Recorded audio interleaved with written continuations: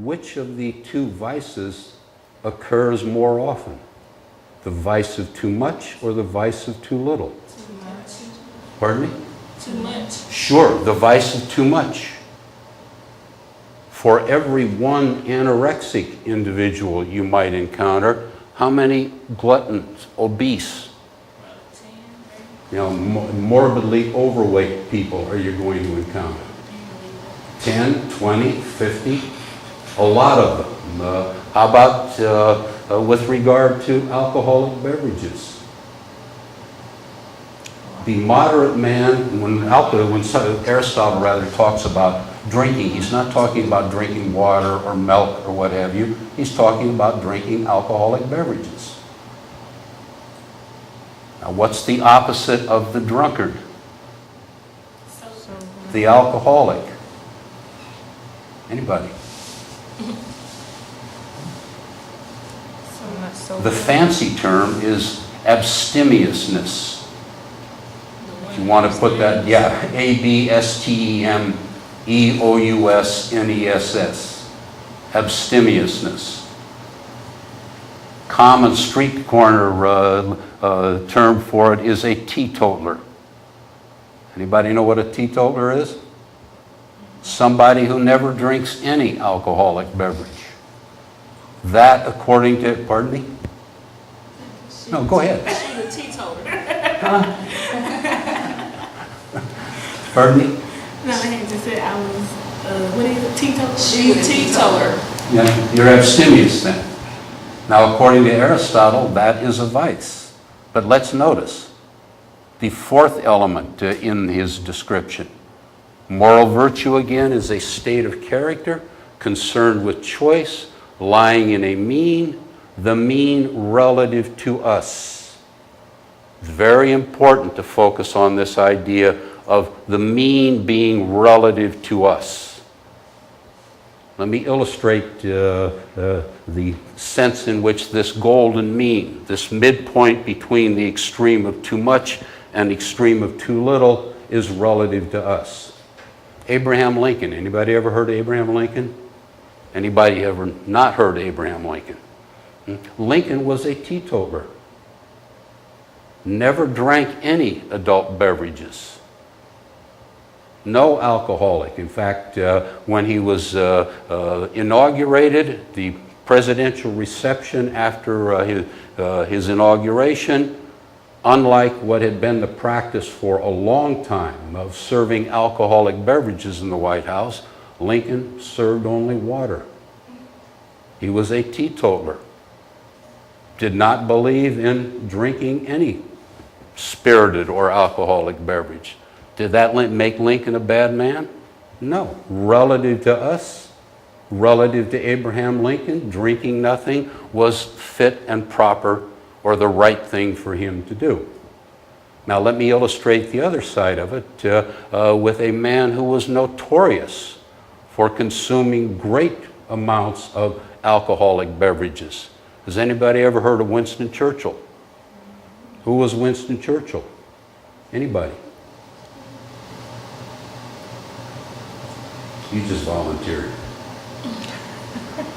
What do you know about Winston Churchill? I don't really remember much about him. Anybody help me out? I remember the name, but I don't remember exactly what he did.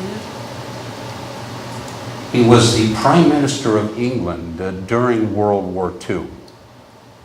And it was Winston Churchill who was responsible for developing the grand strategy that England, the British Commonwealth nations, Canada, New Zealand, Australia, and others, the United States, and the former Soviet Union. We were allies with the former Soviet Union during World War II against Hitler. And Churchill was the man responsible for developing the broad grand strategy that led to the defeat of the Nazis and to the defeat of the Japanese and the Italian fascists. Now, Churchill drank large amounts of adult beverages every day. A bottle or two of champagne, a pint of brandy was his typical daily ration. He was, by nobody's account, was he ever intoxicated. the man could hold his liquor.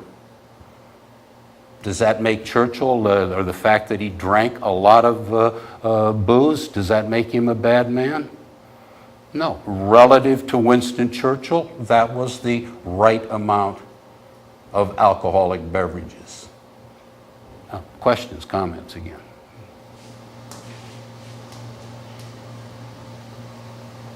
In fact, let me share with you a couple of delightful stories, true by all accounts, involving Churchill and his fondness for alcoholic beverages. According to one story, he was at a cocktail party at which all of the prominent people in England were in attendance, and a longtime political and personal enemy of his, Lady Astor, comes over to him, and Churchill has a glass of champagne in his hand, and she looks at him and says, "Winston, you're drunk." To which Churchill replied, "I might be drunk, but you are ugly, and in the morning I'll be sober." Think about that one. Or the other one, different party, same two people. She comes up to him and looks at his drink and says, "Winston, if I had it with me, I'd put arsenic in your drink." To which he replied, "Lady Astor, if I were your husband, I'd drink it."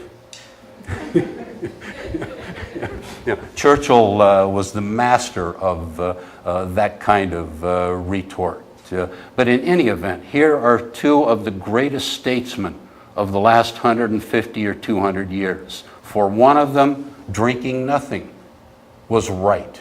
For another, drinking much more than any of us would drink was also right. Moral virtue, again, a state of character, concerned with choice, lying in the mean, that midpoint that is relative to different individuals between too much and too little. Once more, questions? Yeah. How does this relate to moral relativity?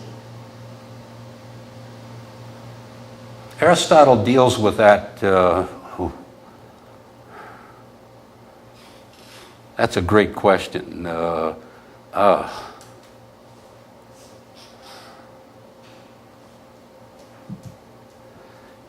Let me give you a short answer to that. There are some things for which there is no such thing as a golden mean. For example, there can never be any such thing as murder committed at the right time in the right way for the right reasons, and so on and so forth. Nor can there be any such thing as adultery committed at the right time in the right way for the right reasons, and so on and so forth. There are some things that are just simply intrinsically wrong. Other than those kinds of things that lie at the extreme of human experience, that moral virtue is relative to us. I mean, an example, what's the right amount of food to eat? Now, that would depend. Suppose you are in training for the football team. Suppose somebody else, a fellow classmate, is engaged in no more physical exercise than walking to and from class. Should they be eating the right amount of, the same amount of food, rather? No, why? The person walking to and from class is leading a very sedentary existence, and 1,000, 1,500 calories of food a day might be just the right amount. Whereas the athlete in training might need 3 or 4 or 5 or 6,000 calories a day because he or she is burning up that many calories. But again, within the boundaries established by those extreme cases, the moral virtues are indeed relative to us. No questions?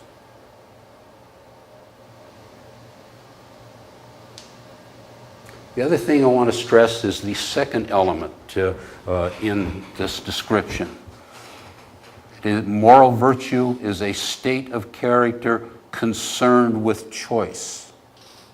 Moral virtue presupposes and involves voluntary action. It involves choosing to do the right thing and choosing not to do the wrong thing. Moral virtue in this regard is very different from goodness. Let me see if I can illustrate it this way. Yeah. If a 3 or 4-year-old boy or girl does what mommy or daddy tell him or her to do, what do mommy and daddy say? Good boy, good girl. Suppose that same 3 or 4-year-old disobeys mommy or daddy. Then what do mommy and daddy say? Bad boy. Yeah, bad boy, bad girl. Have you ever heard mommy and daddy saying virtuous boy? Virtuous girl? Why not? What's the difference between goodness and virtue? We hear good boy, bad boy all the time.